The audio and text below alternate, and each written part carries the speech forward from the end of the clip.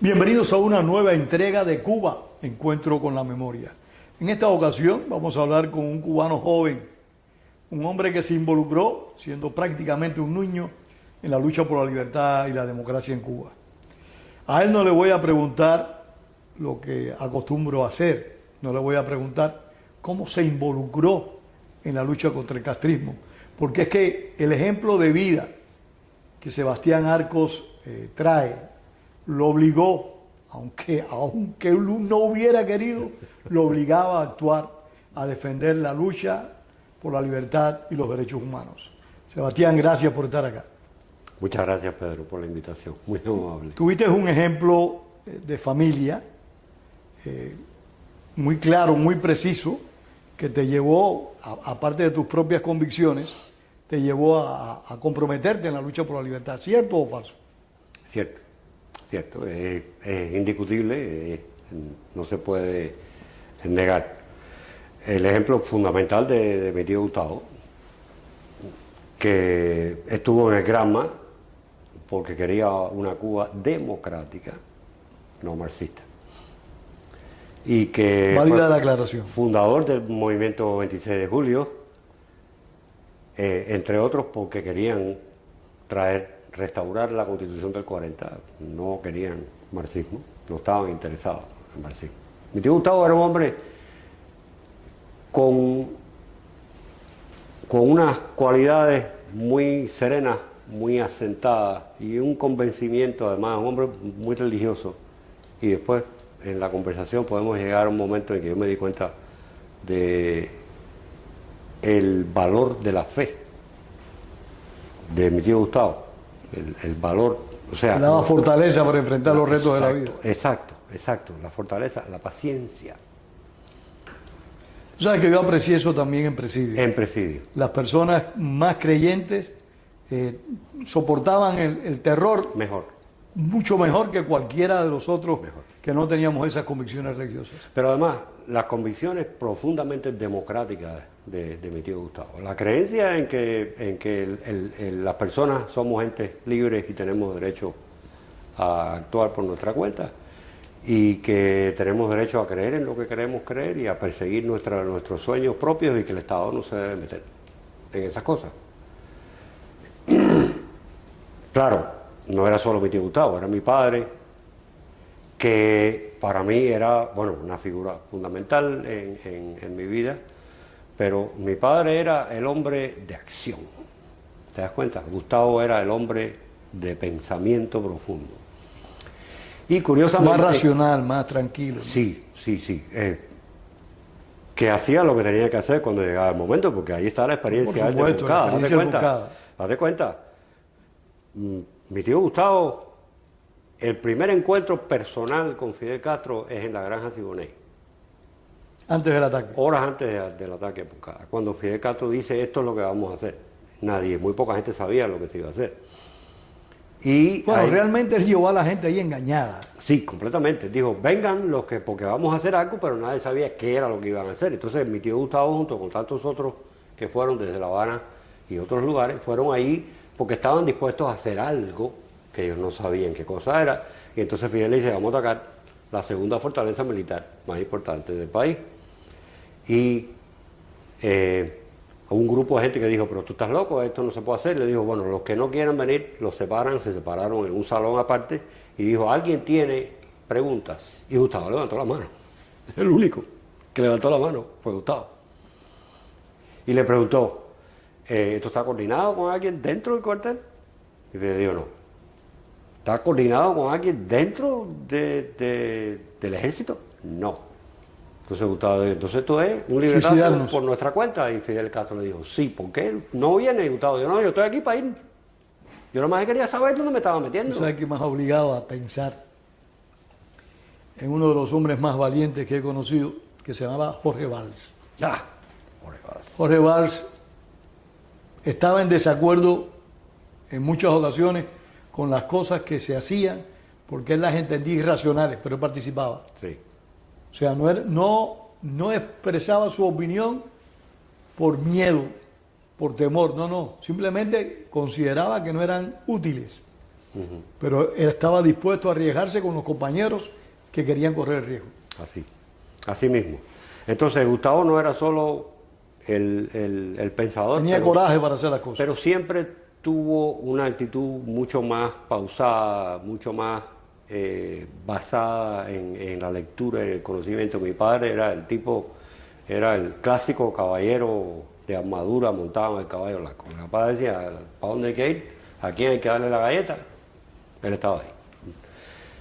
De un valor físico espectacular, los dos.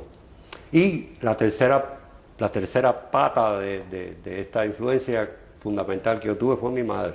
Bueno. Mi madre era más inteligente que ellos dos. Y tan dispuesta como ellos dos. Tan dispuesta, no tan dispuesta quizás a la acción, pero la primera que vio claro lo que venía de ese grupo de personas de mi familia interna fue mi madre. Fue la primera que se dijo, ok, esto en buen cubano se odió.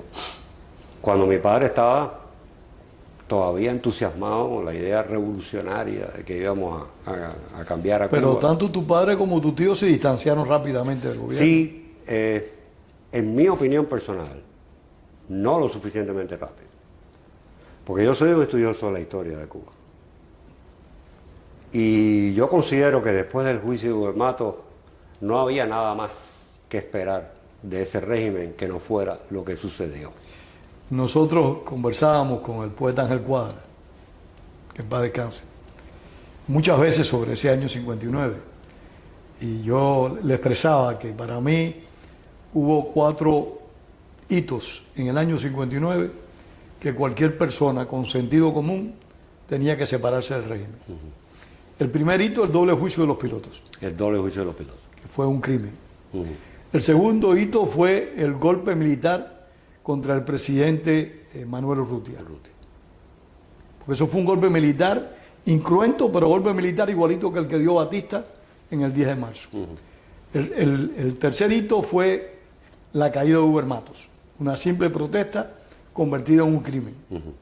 Y el último hito, que para cualquiera que le quedara una duda, fue la manipulación del 10º Congreso de la CTC, que se produjo en noviembre del año 59. Yo creo que esos 4 hitos eran referentes para cualquier persona que tuviera conocimiento de lo que pasaba en Cuba. No sé si tú coincides en eso. Yo coincido. Quizás el juicio de los aviadores, que fue en marzo del 59, fue muy temprano. Pero ya el golpe contra Urrutia fue... más que evidente. Eso fue una acción puramente leninista. Puramente leninista.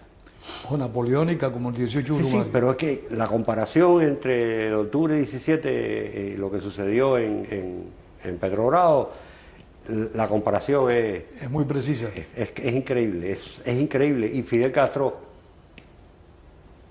aunque yo dudo de que él haya alguna vez sido marxista por convicción, coincidimos en eso plenamente, era profundamente leninista. Él creía que había que hacer ciertas cosas por encima de cualquier pretexto. En lo que las estrategias refería era leninista. Puramente leninista. Puramente leninista. Entonces, Mi padre se demoró más, Gustavo empezó a quejarse más rápido. De hecho, Gustavo se empieza a quejar muy temprano, se empieza a quejar después de la visita del presidente de Costa Rica, De Figueres. de Figueres. Que Porque, también lo manipularon. exacto, lo manipularon, pero incluso Figueres cuando da su discurso habla de democracia y de libertades y Fidel Castro inmediatamente se empezó a fajar con él y esencialmente Lo apartaron. lo apartaron y casi que lo expulsan Perdón. de Cuba. Y ahí es donde viene la primera bronca de Gustavo con Fidel, porque Gustavo conocía a Figueres de haber estado en Costa Rica recogiendo dinero a mandar armamento para la sierra y sabía de lo que Figueres estaba hablando y a Gustavo le pareció no solo una gran descortesía lo que le habían hecho a Figueres, sino una señal Una de que marca. las cosas no andaban bien. Y entonces lo mandan para Europa como embajador, se lo quitan de encima.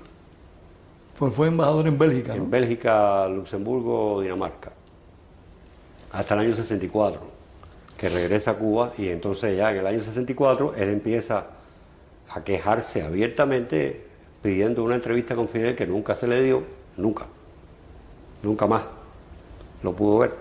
Te borran del mapa. Sí.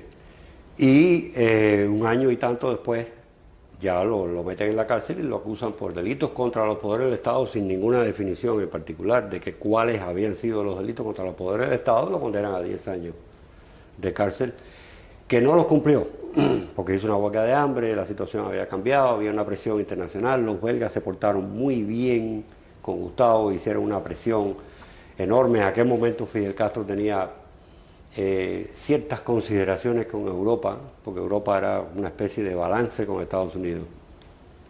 O sea, la bronca era con los americanos, no era necesario Europa le tiraba la toalla, Fidel con Castro. los europeos. Y entonces Gustavo salió de la cárcel 3 años después, no llegó a cumplir los 10 ¿Y tu años. padre cuando, y perdona que estemos hablando de tu familia, pero ya hablaremos de ti también? Sí, no, hay que hablar. Es imposible hablar de mí sin hablar de la familia porque yo soy un resultado de esa familia, de esa historia, de esa familia. Que por cierto, yo crecí sin conocerla en detalle. Yo crecí yendo a la escuela, viviendo hablar del asalto de Cortés Moncada y de la Sierra Maestra. Y del Pero no movimiento sabías que 26 tu de tío julio. había participado en eso. Y yo sabía que mi tío Gustavo había estado en Moncada. Pero hasta ahí llegaba mi entendimiento de la situación. A la medida en que fui creciendo y me di cuenta de que Gustavo estaba preso, yo dije, espérate un momento, ¿cómo es posible que mi tío Gustavo, que es fundador del 26, como decía mi madre, siempre me dice mi madre, Gustavo tiró el primer tiro de la revolución? Posiblemente. En el incidente aquel con el sargento de Cartucho, probablemente fue el primer tiro de la revolución. Relátanos de Fidel Castro. esa anécdota. Toma mucho tiempo Sí, ¿no? la anécdota, porque yo me la sé como si fuera una película. Y además recién me acabo de leer un libro, el libro de la Cova, José de la Cova, del Moncada, donde describen esa escena. Muy bueno ese libro de la Cova. Describen esa escena, de nuevo, como Gustavo me la contó a mí, como él la vivió, esa escena del momento de la hora de los mameyes frente a la posta 3 del Moncada. Mi padre estaba mucho más ilusionado con el proyecto de la revolución y se demoró mucho más en darse cuenta. Tienen que arrestar a Gustavo y registrar la casa de donde vivía mi abuela, que era donde estaba Gustavo, para que mi padre Reaccionar. reaccionara y se diera cuenta de que Pero ya tu mamá estaba clara mi ya. mamá estaba clarísima, hacía años. Mi mamá me cuenta que a ellos le asignaron una casa en Tarará, recién casados ellos en el año 60. Y manejaban todos los días de Tarará a La Habana. Y uno de esos días, en octubre del 60, sale la ley de confiscación de todas las propiedades medianas y grandes de cubanos y extranjeros en Cuba. Octubre del año 60. Y en el automóvil, mi mamá estaba leyendo el periódico, donde viene la ley, que hace esto, aquello y lo otro. Y le dice a mi padre que va manejando, le dice, mira, le dice, mira, esto es lo que está pasando, esto es lo que acaba de salir. Y dice que mi papá estaba en shock. en shock, porque él no pensaba nunca, no pensó nunca que la revolución iba a ser una cosa semejante. Pero como pasa con los seres humanos, asimilar esas cosas no son fáciles. se asimiló, se concentró en su trabajo, se concentró en lo que él estaba haciendo y trató de olvidar esas cosas. Hasta que llegó el arresto, lo que en Cuba llaman, le pisaron el callo de cerca, de más cerca. Le cogieron el hermano por eso. Exacto, le cogieron al hermano por eso. Y ahí reaccionó. Y ahí él no tenía manera de justificar aquello. No había manera de justificar aquello que no fuera simplemente que era un régimen estalinista, que era lo que se había convertido hacía rato. Se había convertido en un régimen estalinista. Por eso te digo que mi padre, sobre todo, se demoró en reaccionar. Mi madre ella lo tenía clarísimo, de que aquello era un desastre y no tenía remedio. Entonces, el énfasis en la moralidad, en la integridad personal, en que hay que actuar por deber y no por beneficio propio, yo crecí con esa... Creciste en ese ambiente. Exacto, yo crecí en esa línea. Entonces, cuando yo empecé, ya yo era teenager y empecé a hacer preguntas incómodas, no me da el número con el billete. Si Gustavo fue fundador del 26 de julio y hace tanta contemos, ¿por qué estuvo preso? ¿Y por qué ahora está en plan payama con dos tipos de seguridad del Estado en el balcón de enfrente? ¿Te das cuenta? Porque ya eso yo lo veía cuando era un teenager. Y entonces ahí empieza mi madre a explicarme la realidad. Fue tu madre la que te puso en detalles. Mi madre fue la que me explicó la realidad. Me dijo, esto es así, así, así, así. Y entonces yo tuve que completar el resto de la historia ya directamente de mi padre y de mi tío, sobre todo en el tiempo que estuvimos presos los tres juntos en el Combinado del Este. ¿Llegaste a estar preso con los dos? Los. O sea, los tres, padre, hijo y sobrino, los tres presos. En Villa estuvimos separados, pero una vez que nos llevaron al Combinado... Cuando dices Villa, te refieres a Villamarista. Villamarista. Acuérdate que esta entrevista la ven muchas personas que no tienen el conocimiento ni la experiencia que tenemos nosotros sobre la situación cubana. O sea, Villamarista no es una villa para diversión, es la oficina central de la seguridad del Estado cubana. El antro central. El antro central, me parece muy bueno el término. No, es un antro, no hay duda ninguna de que... Yo también estuve en Villamarista cuando yo fui arrestado en La Habana y estuve varios días en Villamarista detenido. Realmente es como todas las prisiones castristas. En el Combinado nos pusieron a los tres juntos en una celda que es técnicamente una celda de castigo. Es una celda que originalmente estaba tapiada y cuando nosotros llegamos recién le habían quitado las planchas de metal del frente. Y nos pusieron allá los tres, con una litera de esas triples típicas del presidio cubano, son literas de 3 pisos. Y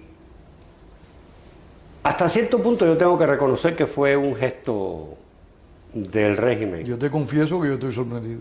Fue un gesto del régimen, probablemente por mi tío. Sí, no, lo más probable es que haya sido por tu tío una especie de gentileza cruel. Sí, porque a mí no me debían nada, al contrario, yo era, y me lo dijeron en Villamarista, yo era un rebelde, yo era un joven educado en la revolución y que estaba mordiendo la mano que me habían educado, pero mi padre y mi tío ya era una cuestión diferente. Antes de que nos hables de esa etapa de presidio, que es interesante, ¿cómo fue que caíste en la gesta de los derechos humanos? ¿Cómo tu tío, junto con Ricardo Bofill y varios más, establecen y crean el Comité Cubano por los Derechos Humanos? Haznos de esa historia. Que desgraciadamente las personas más notables de esa etapa han desaparecido. Sí, desafortunadamente. Yo conozco a 2 de los fundadores del comité en el Combinado del Este. Edmigio Castellano. López Castillo, ¿verdad que sí? López Castillo. Yo lo conocí en Venezuela. Y Elizardo Sánchez Santa Cruz. Elizardo creo que está por estos lares. Elizardo ya está viviendo en Miami hace unos años, lo que pasa es que está muy discreto. Tiene problemas de salud. Muy discreto en su casa, tiene problemas de salud, etc. Yo los conocí a los dos en el Combinado del Este. Hay que enmendar un error muy común, y es que la gente muchas veces dicen que Gustavo y mi padre fueron fundadores del comité. No, no lo fueron. Los fundadores del comité fueron un grupo muy pequeño de personas, prácticamente todos conectados con el antiguo Partido Comunista de Cuba, el PSP, Partido Socialista Popular, que tenían una formación marxista. Que venían de la microfracción. La microfracción, que es la causa que Fidel Castro les abre a esta gente, es la que los convierte en anticomunistas. Y esto es una historia que yo creo que todos los cubanos deberían saber. Bofill, Elizardo, Eddie López Castillo y otros. Ahí está también el caso de este señor que tenía un hermano gemelo que estaba en presidio político mientras él era marxista. Y siempre se me olvida su nombre. Sí, Rivero Caro. Rivero Caro. Era parte de ese grupo. Había 3 o 4 personas más. Que la fundaron en la cárcel. En el año 76. Lo fundaron en la calle. Después de haber cumplido su prisión por la microfracción. Pero llegan a la microfracción porque critican el liderazgo estalinista de Fidel Castro. Hay que recordar que el estalinismo termina en la Unión Soviética cuando muere Stalin en el año 53. Y Nikita Khrushchev, que es quien sucede a Stalin, desestaliniza la sociedad soviética. O sea, rechaza el estalinismo en 2 conceptos fundamentales. El poder absoluto concentrado en una sola persona. La crueldad extrema representada ese y la crueldad extrema, la represión extrema, no solo de una oposición real, sino de una oposición que no es real, que es inventada. Paranoica. Para establecer un terror profundo en la sociedad. Eso es la definición del estalinismo. Khrushchev lo rechaza cuando Fidel Castro se convierte en estalinista y lo copia al detalle. En un Stalin. Todos estos marxistas que ya habían aprendido la lección a través de Khrushchev, del 20 Congreso del Partido, donde se denuncian los horrores de Stalin, dicen, tenemos aquí a un nuevo Stalin. Y hay una anécdota, por cierto, en un libro escrito por Cabrera Infante, donde él refiere una entrevista, un encuentro personal que él tiene con Nicolás Guillén en la UNIAC. Cabrera Infante recién había regresado a Cuba de Bélgica, donde fungía como sí, ya había coincidido con tu tío. Coincidía con mi tío Gustavo. Mi tío Gustavo era el embajador, él era el agregado cultural de la embajada, pero tiene que regresar a Cuba porque su madre muere y va a una función de la UNIAC, se tropieza con Guillén. Guillén lo agarra por el codo. Estoy describiendo exactamente lo que describe él en el libro. El libro se llama Mapa dibujado por un espía. Se llama el libro. Y se publicó después que él murió. La mujer de él lo encontró en una gaveta y lo publicó. Menos mal que lo publicó, porque es un libro excelente. Como siempre, mezclando novela con realidad. Esto no es novela, esto que te voy a contar es realidad. Guillén lo agarra por el codo y se lo lleva debajo de una mata de mango a Cabrera Infante. Se lo lleva debajo de una mata de mango que hay en el jardín de la UNIAC, que yo la conozco porque el apartamento donde vivía Gustavo estaba justo al lado. Desde el balcón se veía el patio de la UNIAC. O sea, yo sé exactamente qué mata de mango está hablando Cabrera Infante. Y Guillén le dice, yo no sé cuánto tú sabes, pero este hombre nos va a enterrar a todos. Este hombre, hablando de Fidel Castro, este hombre es peor que Stalin. Le confesó Guillén a Cabrera Infante. Guillén, que era un comunista aumento mi mala opinión de Guillén aún más. Mira, porque esos son, perdona que te interrumpa, esos son los ejemplos que José Antonio Albertini, el escritor, describe como que la tinta también mata. Guillén tal vez no le hizo daño a nadie, pero la complicidad con un régimen de las características del cubano. Aparentar que estás con una dictadura de esas características ayuda a que esa dictadura siga presionando y matando no solo a los opositores, sino al pueblo llano. Exacto, y ahí es donde yo marco la diferencia fundamental entre alguien que tiene talento, un talento específico, como es el caso de Nicolás Guillén, pero no tiene integridad personal. No tienen coraje. Entre él y Cabrera Infante dijo, no, yo no acepto esto, y se fue. O mi tío Gustavo, que regresó de Europa, donde se pudo haber quedado, lo invitaron a quedarse, porque la gente de Manolo Ray lo habían contactado en Bélgica y le habían ofrecido la Y te voy a poner un opción. ejemplo todavía más directo. Lo que pasó con aquel señor que fue ministro de Bienes Malversados, que ahora no recuerdo el nombre. Yo sé, ahorita me viene el nombre porque ahorita nos viene el nombre a los dos. fue jefe de mi papá estuvo brevemente en Bienes Malversados, en la Bueno, villa. a este señor lo fueron a ver varias personas para Faustino conspirar. Pérez. Faustino Pérez. Lo fueron a ver varias personas para conspirar contra Castro. Dijo, no, yo no voy a conspirar contra Fidel Castro. Yo no estoy de acuerdo con muchas de las cosas que están pasando, pero yo no voy a conspirar contra Fidel Castro. Y no vuelvan a verme más, porque si vuelven, los voy a delatar. Ese fue Faustino Pérez. Esa anécdota me la contaron a mí 2 personas. Sí. Faustino Pérez era demasiado burgués, demasiado tradicional para encajar con el proyecto revolucionario de Fidel Castro, y por eso le dieron de lado desde el fracaso de la huelga del 9 de abril. Del 9 de abril, lo responsabilizaron a él, sí. Inmediatamente lo desplazaron, y entonces le dieron ese puesto, y después le dieron otros puestos que siempre fueron puestos de tercera o cuarta categoría, porque simplemente no... Sí, para la proyección que él tuvo en la insurrección, realmente nunca tuvo la autoridad, Los el cubanos, control y la presencia. Los cubanos de mi generación, que crecieron con la narrativa castrista de qué fue la revolución y qué fue la república, jamás nos enteramos que Faustino había sido el jefe del movimiento 26 de julio en La Habana durante años. Sí lo fue. El responsable del secuestro de Fangio, por ejemplo. Fue uno de los organizadores. Toda esa historia se borró, toda esa historia la borraron. Es una historia que yo he tenido que aprender años después. Pero regresemos al combinado, año 82. Te iba a decir eso. Ahí conocimos a los fundadores del Comité Cubano, que lo habían fundado en el año 76. Nosotros no teníamos la menor idea de que ese Estamos hablando ahora del 82. existía. Estamos hablando del año 82.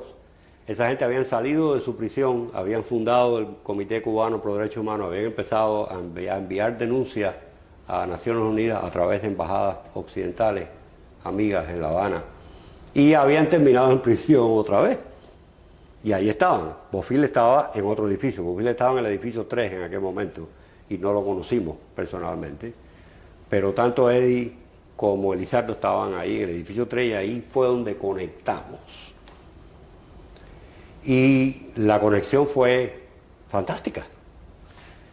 Y yo voy a citar a Ariel Hidalgo, que es parte de la segunda horneada de personas que se unen al comité. O sea, después que el comité se funda, es un grupo, empiezan a llegar gente.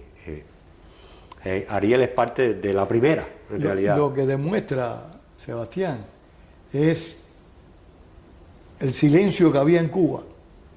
No era tal. Sobre todo en los años 70, que Sí, parecía sí, que... que parecía que el control era absoluto, no era tal. No. Porque lo que había era una gran cantidad de gente esperando la oportunidad de que aconteciera algo. buscando dónde hacer lo que ellos querían. No es que en esos tiempos ya la forma de lucha tradicional, si no estaba extinguida, estaba en plena decadencia. ¿Se había extinguido? Estaba en plena decadencia o extinguida, y la gente estaban buscando otras alternativas, pero hacer? no estaban con el régimen. Exacto.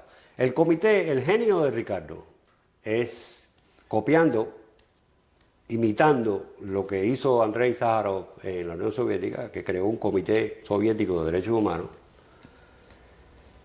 para forzar al régimen a respetar sus propias leyes.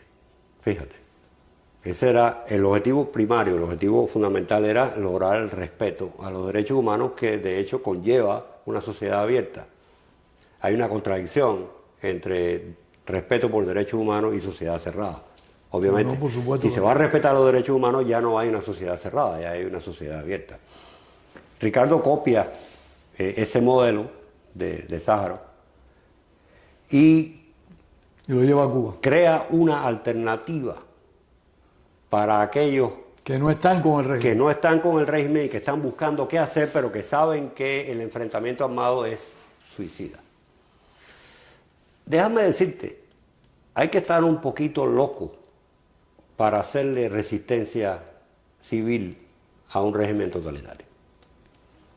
Hay que estar un poquito loco. No, todo demanda un nivel de riesgo bien alto. Porque si enfrentarse a un régimen de ese tipo con las armas en la mano es suicida, porque tu vida está... No, que ellos tienen el en monopolio de la peligro. fuerza. Ellos tienen el monopolio de la violencia, pero al menos tú estás tirando. Te matan, pero a lo mejor tú mataste a alguien.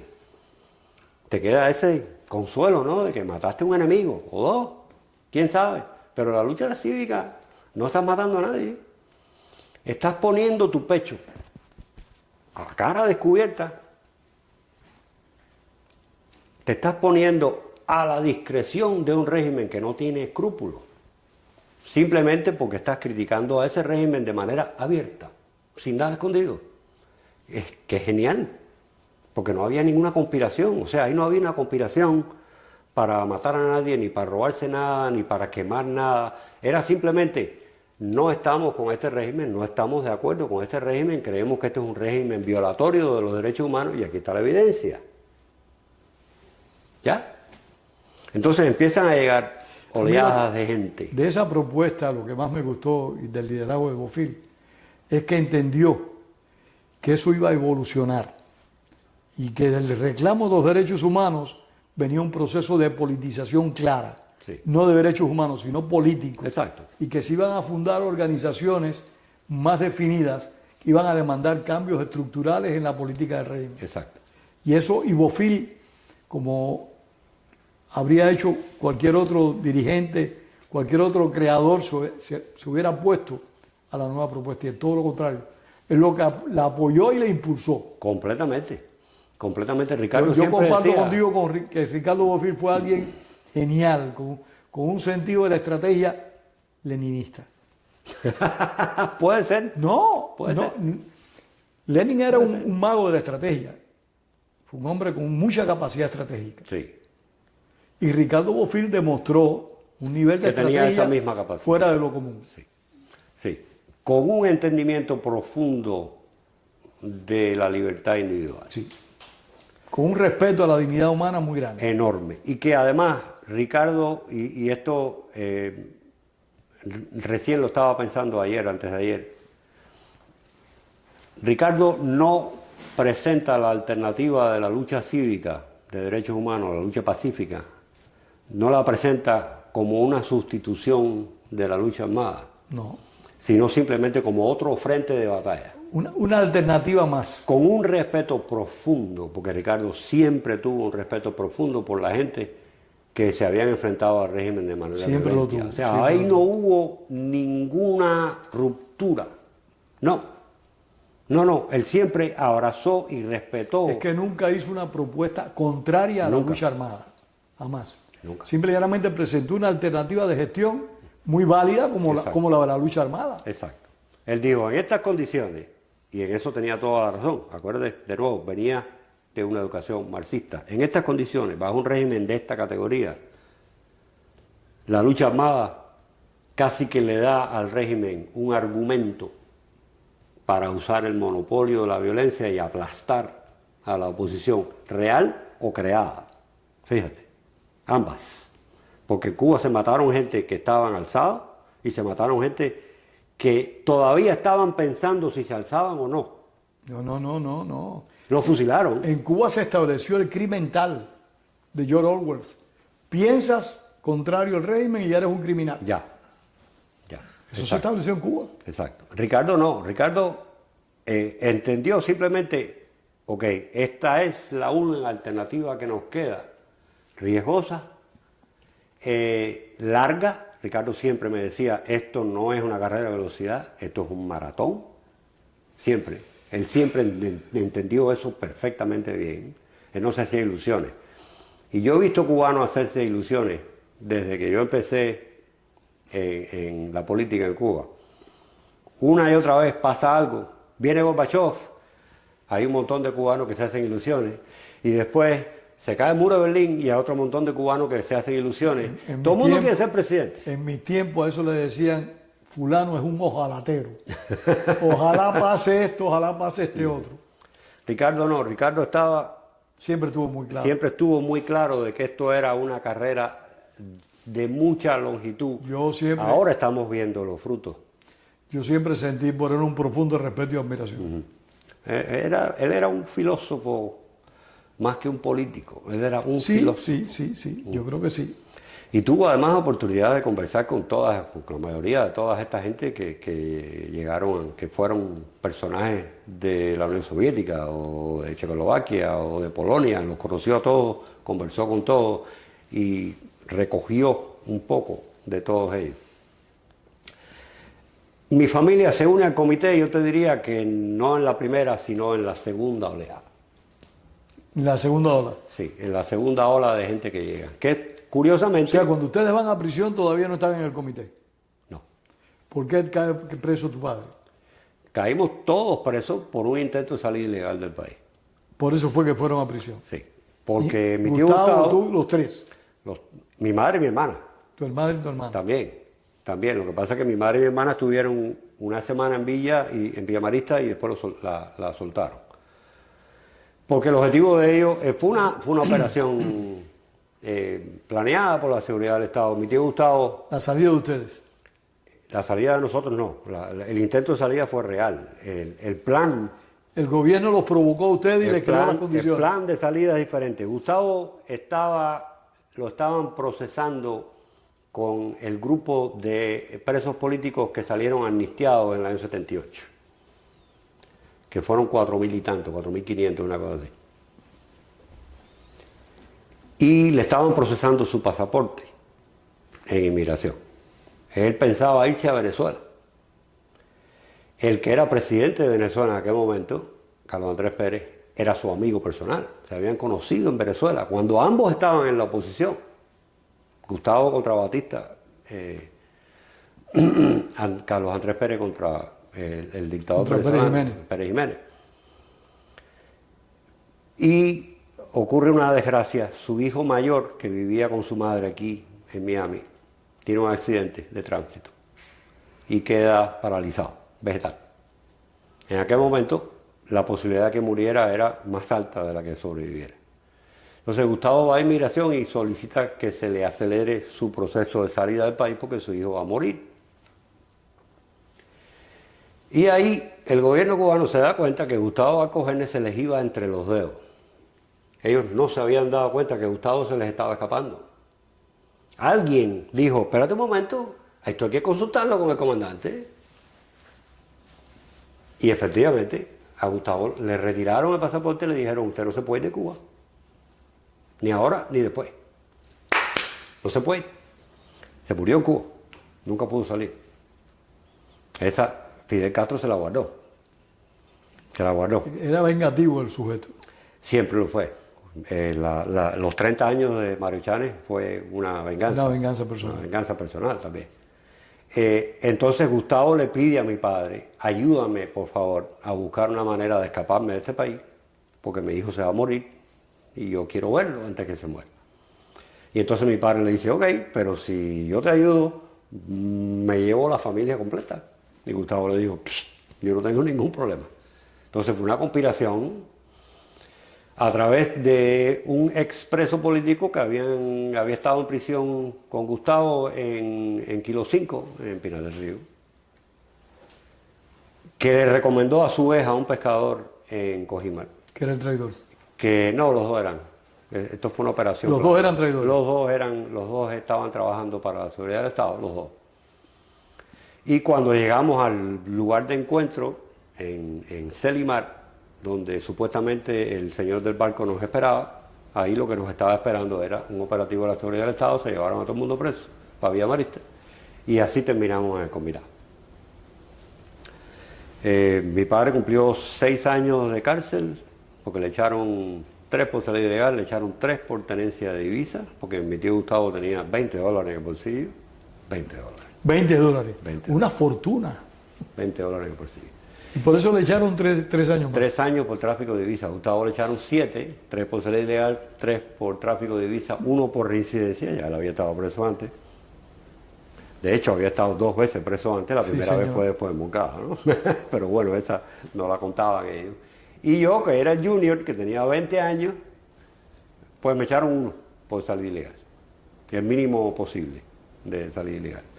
Y ahí fue donde terminamos todos en el edificio 3 del Combinado del Este, en el piso de abajo, el primer piso, que le decían Los Candados, un área que tenía 5 celdas aisladas, separadas del resto de las otras celdas, donde generalmente ponían, mientras se procesaba los papeles, a los extranjeros que venían, que los agarraban por cualquier razón, casi todos ellos por tráfico de marihuana, a los homosexuales los metían ahí también, para separarlos del resto de la población penal, y a los que se fajaban, a los guapos, que se fajaban arriba en la galera. Lo llevaban por ahí también. Los llevaban ahí, los metían en una celda de 3, metían 20 gente. Sí, eso es normal también. Eso era... El hacinamiento en las prisiones cubanas es... Yo lo vi con estos ojos. O sea, había que turnarse para dormir porque no había espacio, había que estar de pie, simplemente no había espacio. Y entonces ahí conocimos a la gente del comité, ahí empezamos a colaborar juntos. Cuando yo salí al año siguiente, cada vez que tenía visita con mi padre siempre venía una balita que yo entonces llevaba a casa de Lizardo Sánchez para que se despachara. Sí. Para que se despachara. Mi padre sale en el 87, Gustavo sale en el 88. Ya cuando salen ellos dos, Bofill los abraza a ellos dos como los posibles herederos del liderazgo del comité. Bofill tiene que salir de Cuba en el año 88 porque le hicieron un acto de repudio permanente. Eso es algo que nunca... Le hicieron la vida a Bofill terrible. Imposible. Le hicieron la vida a él y a su mujer. Sí. Y le costó, por cierto, la salud mental a Yolanda. Yolanda nunca fue una persona normal después de eso. Nunca. Le desgraciaron la vida. Y cuando Bofill decide salir, nombra a Gustavo presidente. Gustavo dice, no, presidente eres tú eres el fundador, tú siempre vas a ser el presidente, yo secretario general. No más que eso. Y entonces ya Gustavo se convierte en secretario general, mi padre se convierte en uno de los vices. Yo siempre fui un soldado de a pie, sin mucha influencia, pero tengo el orgullo, el honor de haber estado de haber declarado ante la comisión especial que mandaron a Cuba de la Comisión de Derechos Humanos en el año 88, septiembre 88. del año 88. Fue un senegalés, Sen Jorge. El jefe de la delegación era un senegalés. Un senegalés. Sí. Alioune Sene. Alioune Sene. Ahí fue donde Ricardo Bofill presentó el caso del Vaticano, donde asesinaron a los hermanos. El comité, y esto es un trabajo que puedo decir, no, tú eres testigo modestia aparte, mi padre organizó una serie de paneles especializados. Había un panel dedicado al derecho legal y penal. Había un panel dedicado a la salud pública, había un panel dedicado a la educación, había un panel dedicado a cada sección de la vida nacional y cómo el régimen violaba los derechos humanos sistemáticamente en esas áreas. El trabajo que yo escribí y que presenté ese día está publicado en el examen, en el informe final de 400 páginas y tanto que sacó la comisión al año siguiente. Yo tengo una copia electrónica. Bueno, mira, si esa comisión le hizo daño al régimen, que más nunca permitieron el regreso. Nunca más invitaron ¿Qué whisky se habría tomado Fidel Castro para permitir eso? Yo no sé, francamente. ¿Cómo permitieron eso? ¿Qué fue lo que ocasionó, lo que causó que el régimen decidiera invitar a ese grupo? A lo mejor La única respuesta que tengo es que ellos subestimaron Sí. la Ellos capacidad. tal vez pensaron de que no había una red en Cuba lo suficientemente preparada y con el suficiente coraje Sí. para hacer lo que ustedes hicieron. Ellos decían que el comité era una oposición de sofá porque la oposición cabían todos sentados en un sofá. Y ellos se creyeron que efectivamente la oposición eran 4 gente sentada en un sofá. Y se sorprendieron con ese informe de 400 páginas donde no queda duda ninguna de hasta qué punto ese régimen es un violador sistemático, institucionalizado de los derechos humanos. Y los hicieron quedar mal ante Naciones Unidas. Cuando se produce el informe en el año 89, al año siguiente, en el año 90, se gana la primera resolución. Vienen las primeras condenas. Viene la primera condena por parte de la Comisión de Derechos Humanos a Cuba como violadora de derechos humanos, y la respuesta del régimen fue una ola de actos de repudio contra nosotros. Ahí fue donde hicieron un acto de repudio en mi casa, después hicieron uno en casa de Gustavo, después hicieron otro en mi casa que duró 3 días, y ahí empezó el show. Ahí empezó el show. Porque ya era, como mi padre le dijo a un funcionario, sabes que la seguridad de Estado te asigna un compañero combatiente para que atienda tu caso, para que atienda tu caso. Una especie de mensajero de la seguridad del Estado. Y me parece estar viendo el momento sentado en el portal de mi casa, mi padre, este señor y yo, en que mi padre le dijo: si tanto les molesta lo que hacemos, ¿por qué no me dejan irme del país? Si yo tengo 2 visas, por falta de una, tengo una por la embajada americana, tengo otra por la embajada de Francia, porque mi abuelo por parte de madre era francés y las visas estaban ahí. Y la respuesta del tipo fue: no, las condiciones actuales de la revolución, ustedes no pueden salir del país. Y mi padre hizo este gesto que estoy haciendo yo aquí ahora. Así. Digo, pues entonces ustedes tienen que saber que de ahora en adelante esto es guerra. Y yo recuerdo la reacción de este hombre que se echó atrás y lo miró así como diciendo: este tipo está loco. Sí, no, yo también lo hubiera hecho. Este tipo está loco. ¿Cómo que guerra? ¿Te das cuenta? Le costó la vida. Bueno, Costó sí. la vida. De hecho, dejaron prácticamente que saliera ya del país cuando estaba ya literalmente muerto. Cuando yo te decía ahorita que mi padre tenía un valor extraordinario, ahí está. Sí, se da el mejor testimonio. Ahí está. Ahí está. ¿Y qué pasó después? Pasaron tantas cosas. Empezó a crecer el movimiento. Esa visita de la comisión... ¿Tú seguías a La involucrado Habana. en la cuestión de los derechos humanos? Sí, completamente.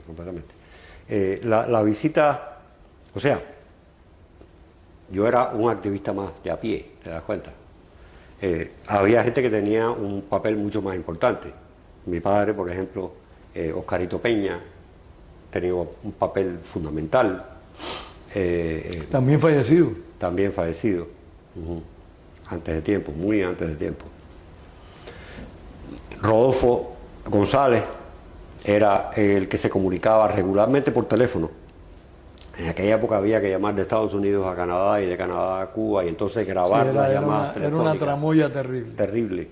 Pero se leían las denuncias textualmente que después se transcribían y se mandaban para la ONU. Nosotros bromeábamos, en aquel momento el embajador Armando Valladares era embajador de Estados señor. Unidos ante la Comisión de Sí, Derechos señor. Humanos. Nosotros en Cuba bromeábamos y decíamos... Ya Radio Martí estaba trabajando y Ya estaba reproducía trabajando, claro. todo lo que ustedes mandaban.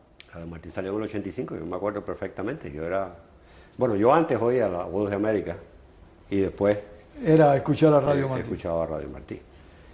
Pero una de las bromas de nosotros, entre nosotros, era que el garaje de la casa de Valladares estaba lleno de cajas de denuncias de nosotros hasta el techo. Porque creían que no tenía resultado. Porque no, porque el flujo Era mucho. de denuncias era imparable, y después que visitó la comisión a Cuba en el 88, lo que hizo el gobierno cubano cuando hizo ese plan de denuncia terrible contra Ricardo Bofill y contra nosotros, porque en los videos estaban mi padre entrando y saliendo de la embajada americana, lo que hizo fue decirle al pueblo de Cuba, aquí hay unos locos que están haciendo contrarrevolución abierta. Y entonces empezó a llegar gente. Yo quiero. Pues yo lo recuerdo, aquí la gente... Yo quiero. La gente iban de viaje a Cuba, los extranjeros, fundamentalmente. Iban de viaje a Cuba y venían a preguntarle a uno a quién puedo ver en La Habana para entrevistar. Exacto. Era una gestión constante, permanente. Constante. Y había... Y hay que recordar que en esa época Ariel Hidalgo hizo un trabajo muy bueno. Sí. Ya él había venido para acá. Sí. Él era el comunicador. Era un comunicador. Llamaba, y Roberto Rodríguez Tejera. Robertico Rodríguez. Los dos. Hicieron un trabajo excelente, llamaban constantemente a Cuba a través de una emisora de radio que se llamaba La Poderosa, la 670, que dirigía Jorge Rodríguez. Y hicieron un trabajo magnífico. Sí. Magnífico. Sí. Porque traían las voces de Cuba aquí a Estados Unidos, particularmente a Miami. Y el trabajo que se hizo en Cuba a nosotros nos sorprendió, francamente. Para no decir al gobierno cubano, a nosotros nos sorprendió la solidaridad que recibimos de la gente de a pie. Como la gente venía, como quien no sabe, y te decía, oye, yo estoy con ustedes, ¿qué puedo hacer? ¿Cómo puedo contribuir? Había guajiros que venían a La Habana a traernos comida. Nada más que a traernos comida, por pura simpatía y solidaridad. Había una red clandestina de personas que no querían dar su cara a la oposición, pero que estaban contribuyendo de mil maneras, escondiendo documentos, transportando documentos, contribuyendo, que si fulano le hace falta una caja de cigarros, que si fulano está preso y necesita, ahí estaba todo. Una red de sostenimiento. Mi padre siempre se lo decía cuando les explicaba a los periodistas extranjeros qué cosa era el comité. Le decía, el comité es una pirámide. Nada más que se le ve la punta, somos nosotros. Pero debajo de nosotros hay montones, miles de personas. Era una realidad, era verdad lo que decía tu padre. Era verdad lo que decía. Y la razón fundamental por la que le costó la cárcel, porque él extendió la base de esa pirámide, que empezó en La Habana, él la extendió por toda la isla. O sea, ya había oficinas, por llamarle de alguna manera, había representantes del Comité Cubano por los Derechos Humanos en todas partes de la isla. Y fueron los tiempos, aludiendo a lo que hablábamos hace un rato, en que se crearon entonces los comités de periodistas independientes. Exacto. Empezó las bibliotecas independientes. La multiplicación, Sí, el señor. efecto multiplicador, el Partido Pro Derechos Humanos, El Partido Pro Derechos Humanos. que lo creó Ricardo Bofill. La gente dice, pero ¿cómo vas a fraccionar? Había gente que me ha dicho eso, ¿cómo vas a fraccionar el comité y crear el partido? Ricardo decía, no. Fue una magnífica estás idea. equivocado. El comité se dedica a observar y denunciar el tema de los derechos humanos. Esa es la misión del comité. Ahora, hace falta un brazo político que diga, no, aquí hay que hacer elecciones y hay que postular candidatos para la Asamblea Nacional. Ahí está el partido. ¿Te das cuenta? No. La brillantez de Ricardo. Lo promovió todo y lo apoyó todo. Hay que reconocer. Siempre. Y entonces, ahí ocurre un efecto multiplicador natural dentro de la sociedad cubana, donde empiezan a crearse grupos de todo tipo para cubrir todas las áreas posibles, los sindicatos, el periodismo, las artes, la atención a los presos hasta la políticos. medicina independiente, médicos independientes, todos. Sí, señor. Que por cierto le costó 15 años de prisión al muchacho que estaba a cargo de la sección médica del comité. Sí, ¿no? Sí. 15 años de ¿Quién prisión era? le costó. Ahora mismo no recuerdo su nombre para mi vergüenza, porque yo debería recordar el nombre de él, pero me parece estarle viendo la cara. A ese muchacho. Está viviendo en Canadá ahora. Pero cumplió 15 años de cárcel. Porque lo enredaron en una conspiración. Sí, las tramoyas que hacen ellos. Lo enredaron en una conspiración, precisamente por aquello de que el comité nada más que está enfocado en el tema de la denuncia de derechos humanos, y aquí lo que ya ha llegado. ¿Te acuerdas ahorita que te decía que la gente se entusiasmaban y pensaban que el régimen se iba a caer al otro día y entonces ya empezaban a postularse para la presidencia? Bueno, ya pensaban que había que salir a la calle a hacer partidismo político, que ya ese era el momento. Estamos hablando del año 88, 89, 90. Todavía no se ha caído la Unión Soviética. Ya se cayó el bloque, el muro de Berlín, pero todavía no se ha caído la Unión Soviética. Y entonces hay un tipo que sale y de pronto se convierte en líder de la oposición porque está a favor de una invasión militar norteamericana, está a favor del recrudecimiento del embargo, está a favor de aquello, de lo otro, no sé qué. Y convenció a este muchacho para que se uniera a él en una supuesta conspiración política, no violenta, pero sí más política. Y terminó este muchacho 15 años en la cárcel y él lo condecorado como capitán de la seguridad del Estado, porque el tipo era capitán de la seguridad del Estado. ¿Te das cuenta? Constantemente recibíamos estas provocaciones. Nosotros hablamos, Sebastián, de la gran pérdida humana que ha provocado el castrismo, Sí. en vidas. Pero la gran pérdida, no en vidas, humana también, pero no en vidas, que ha provocado el castrismo, al impedir que una gran cantidad de personas aportaran realmente a la sociedad. Exacto. Que aportaran su talento, su dedicación, sus conocimientos. Un país con tanto talento. Un país con tantos recursos humanos valiosos. Sí. ¿Por qué? Porque lo hicieron de las dos maneras. Haciendo que su gente, los que creían en ellos, sirvieran a hacer papel de represor, y los que no creíamos en ellos fuimos a parar a la cárcel o al paredón. Exacto.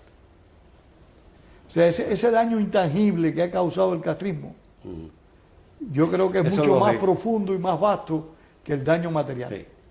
Sí. Eso es lo que los economistas llaman la alternativa de inversión.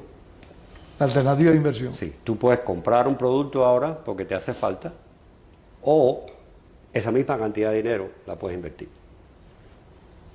Y entonces en un horizonte de un número de años, ese dinero se multiplica La mucho alternativa más. de inversión del castrismo ha sido nefasta. Nefasta. Nefasta. Por todo, incluido la gente de ellos, Sí. porque la cantidad de personas que ellos involucraron en labores represivas pudieron haberse dedicado a funciones mucho más productivas. Mira, yo me estoy leyendo un libro ahora mismo que explica desde el punto de vista económico fundamentalmente la transición de capitalismo a socialismo en esos 2 años, 59, 60. 61 ya estaba, el burro, el muñeco estaba más allá. Y la destrucción sistemática del entramado comercial espontáneo que se crea en una sociedad abierta, que era lo que tenía Cuba antes. Nada más que la destrucción de ese entramado comercial, las relaciones comerciales que había entre diferentes empresas y esas empresas unas con otras y esas empresas con empresas en el extranjero y con el consumidor, es de un valor incalculable. Incalculable. Perdimos mucho, hemos perdido mucho. Y Incalculable. desgraciadamente, mientras ese régimen se mantenga en el poder, seguiremos perdiendo. Seguimos perdiendo, cada día seguimos perdiendo. Estamos perdiendo ahora tiempo, además de eso. Tiempo de reconstruir, tiempo de salvar vidas, tiempo de reencaminar al país. Todo en una es pérdida, dirección. todo es Todo es pérdida. perdido. Todo es Sebastián, ¿en qué año vienen para acá? perdido. Yo salí en el año 92. Como te expliqué anteriormente, nos negaron la salida del país de manera rotunda. Yo tenía uno de esos documentos enmarcados, yo lo enmarqué cuando me lo dieron en inmigración. Se llamaba C8, que era el documento oficial donde ellos comunicaban Que no esta puede salir persona de Cuba. no puede salir de Cuba. Que después dejaron de darlo porque la gente los usaba para demostrar que ellos violaban los derechos de movilidad de las personas. Yo tenía uno enmarcado. Y un día, debe haber sido en los días después del arresto de mi padre, del último arresto de mi padre, que fue el 15 de enero del 92.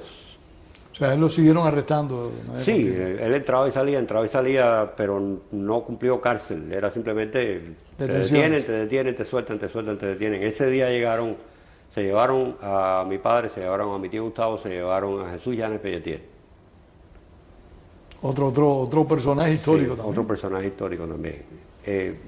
el día 15 de enero por la noche, me parece estarlo viendo, estábamos a punto de sentarnos a comer, mi padre y yo, y tocaron la puerta y se armó el rollo. Y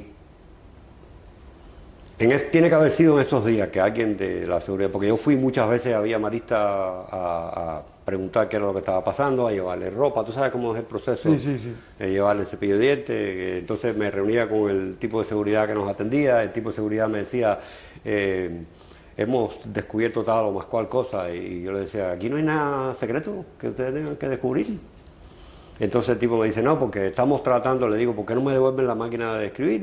Y dice, no, porque estamos investigando la máquina de escribir para confirmar que esa ha sido la máquina con la que se han hecho los informes. Le digo, usted no tiene que investigar nada. Yo le digo que esa es la máquina con la que se hicieron los informes. Y vamos a seguir haciendo informes. Y vamos a seguir haciendo informes. Yo lo que necesito es que me devuelva la máquina porque hay que seguir escribiendo informes. Y el tipo me miraba así y me decía, pero ustedes no entienden, ustedes son recalcitrantes. Tiene que haber sido en uno de esos días en que me dijeron, usted se puede ir cuando quiera. Qué felicidad. Yo le digo, sí, me puedo ir cuando quiera. Digo, bueno, ok. Entonces mi madre y mi hermana se habían ido de Cuba en el año 83. O sea, ya para entonces yo llevaba casi... Ya yo había conocido a tu mamá a través de Rolando Borges, otro patriota cubano Rolando inolvidable. Borges, me acuerdo muy bien de Rolando. Un hombre inolvidable, Rolando Borges, presidente del Club en esa época. Yo había conocido a tu mamá y a tu hermana en esa época. Sí. Bueno, imagínate, lleva casi 10 años sin verla y entonces decido ingenuamente venir a Miami de visita a verla para regresar, porque mi padre estaba en la cárcel. Eso es una gran ingenuidad. Ahí sí te doy el premio de los ingenuos. Me la comí, la verdad. Yo llegué no con la intención de quedarme en casa de mi mamá y mi hermana, sino con la intención de, en buen cubano, joder. Y me fui a las Naciones Unidas y me fui a Washington, D.C., y estuve en Radio Martí, y empecé a hablar con gente y empecé a hablar con diplomáticos y empecé tú sabes, a darle...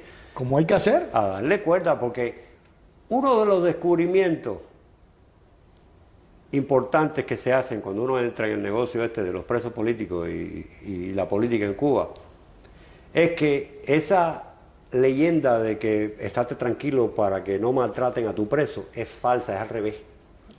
Es al revés. Hay que moverse todo lo más que pueda. Hay que gritar. Hay que hacer toda la mayor bulla que tú puedas. Hay que gritar. Entonces me metí 6 meses dando gritos y en una conversación telefónica con mi novia, que ahora es mi mujer, que estaba en Cuba y era la que estaba yendo a ver a mi padre a prisión, ella me dice tu padre que no se te ocurra regresar. No, si tú porque ves. te van a usar a ti contra él. Y entonces lo pensé y decidí que era lo más prudente quedarme de este lado. Sí, no, ahí botaste en la pelota. Sí, la verdad que se me fue, partí el bate. Pero bueno. Sebastián, el viejo cuando muere, que se nos acaba el tiempo. El viejo sale de la cárcel en el 95. Le habían ofrecido repetidas ocasiones que lo ponían en libertad inmediatamente si él aceptaba irse del país. Y ya no quería irse del país. Y él dijo rotundamente que no se iba del país. Y después que yo me quedé aquí, él dijo, ya yo soy un hombre libre.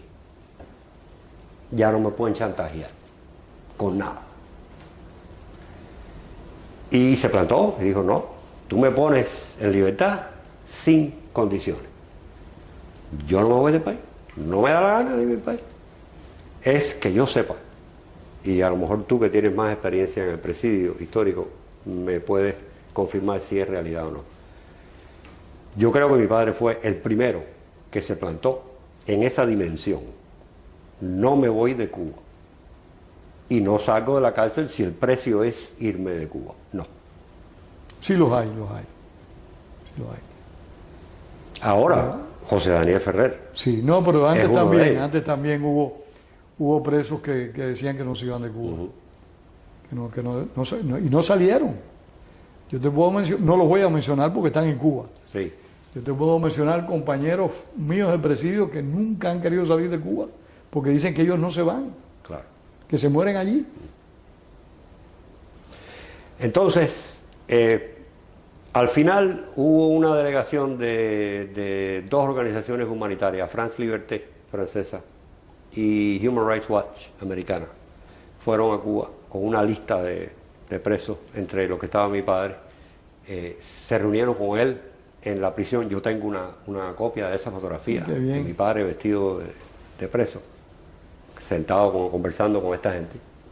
Y el gobierno accedió, soltó 6 personas en esa vuelta. Fue en mayo del 95. Soltaron 6, sin condiciones. Sin condiciones. ¿Fue su decisión personal salir de Cuba? No. El cáncer. Él no sabía que estaba enfermo. Ah, él no lo sabía. No lo sabía que estaba enfermo porque como nunca le dieron atención médica, él tenía un tumor del tamaño de una naranja a 5 centímetros del ano. ¿Tú crees que eso no es detectable con un tacto? Por supuesto. Lo cual te demuestra que nunca le dieron la asistencia médica más básica, más fundamental. Ese tumor ya había hecho metástasis en el hueso y en junio, o sea, apenas un mes después de haber salido, él empezó a sentir síntomas puramente nerviosos en las piernas sobre todo. Y fue a ver un médico, el médico lo examinó, el médico le dijo, coño, estás muerto. Tú lo que tienes es un tumor terrible avanzado, ya. Y entonces ahí sí no quedó más remedio, porque no se podía sentar, sí, no podía caminar, tenía tenía que estar acostado nada más que en una sola posición de un solo lado, que por cierto le lastimó el brazo de ese lado, por estar en el piso, porque no podía estar en un colchón. Y la embajada española y la embajada americana se portaron maravillosamente bien. ¿Verdad? Pusieron un avión privado médico allá y lo trajeron directamente para Miami. Y aquí la Liga contra el Cáncer nos abrió las puertas y lo operaron en el Mercy Hospital. Lo operaron 2 veces. Pero el médico me lo dijo, es muy tarde. Esto había que haberlo atendido hace 4 Gustavo años. murió después. Gustavo murió después en La Habana. Gustavo cae en el hospital por razones puramente médicas. El mismo día en que Fidel Castro lo ingresaron para operarlo. Qué desgracia la de Gustavo. El mismo día, Gustavo y Fidel nacieron en el mismo año, en el año 26.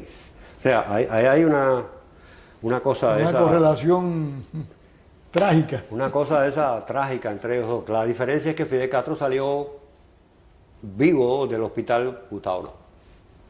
Gustavo murió unos días después en el hospital de causas que se pueden considerar naturales. Estaba viejito, estaba muy lastimado. Gustavo nunca dejó de sentir dolor en la pierna de ese tiro que le dieron en Moncada. O sea, el gesto natural de Gustavo era dándose masaje en el pie desde que yo era niño. Yo recuerdo a Gustavo dándose masaje en el pie.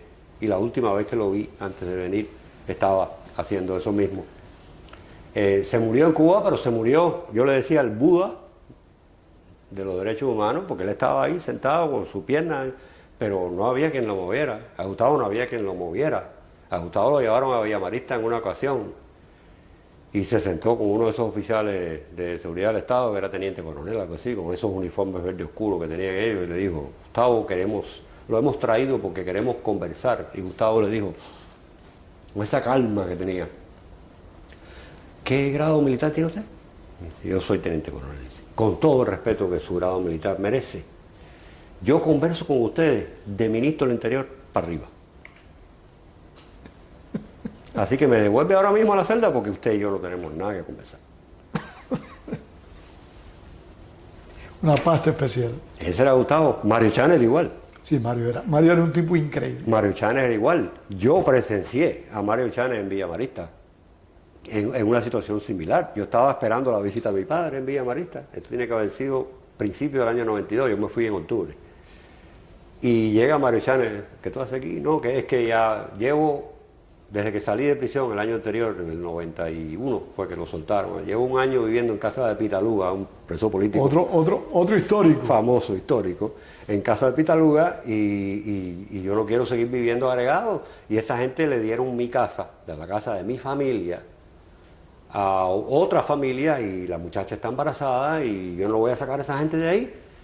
Y en eso llega el oficial de seguridad, Mario, ¿usted qué hace aquí? Y Mario le explica la situación y le dice, ustedes me tienen que resolver el problema de la vivienda hoy, porque yo no me voy de aquí hoy hasta que ustedes no me resuelvan el problema de la vivienda, y si no me lo resuelven a las 10 de la noche, me das una celda porque yo me voy a quedar a dormir aquí hoy. ¿Tú te imaginas a alguien queriendo quedarse a dormir en Villamanista? Eso es inaudito. No, Eso es Mario Chanes, el único más que inaudito, para beneficio de nuestros televidentes, Mario Chanes fue un hombre que cumplió 30 años de prisión, día tras día. En calzoncillo. En muchos de esos años en calzoncillo, la mayoría de esos años en calzoncillo. Mario Chanes combatió en el Moncada y fue expedicionario del Granma.